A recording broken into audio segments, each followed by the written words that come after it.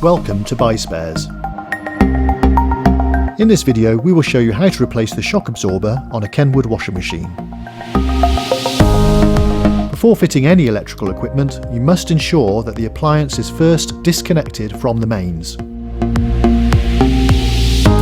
If the washing machine produces excessive noise and vibration, then check for an unbalanced load. It is likely the shock absorbers are damaged and need replacing. Carefully lower the machine onto its side and remember, you may need to disconnect the hoses. The shock absorber is connected to the bottom of the cabinet and to the tub. To release the pins, you will need a pair of pliers. There is a tab at the end of the pin that needs to be pushed downwards to be able to go through the tub hole. Use the pliers to pull from the other side until the pin is released.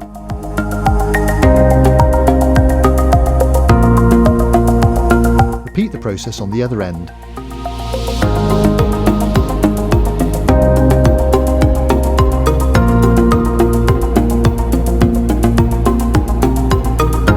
Remove the shock absorber.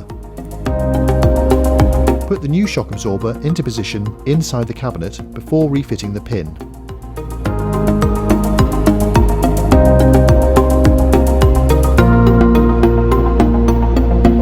Pull the shock absorber to line it into the tub and fit the pin through.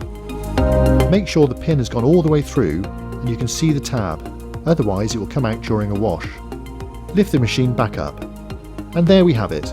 One shock absorber replaced on a Kenwood washing machine. For all the spares you need, visit the BuySpares website.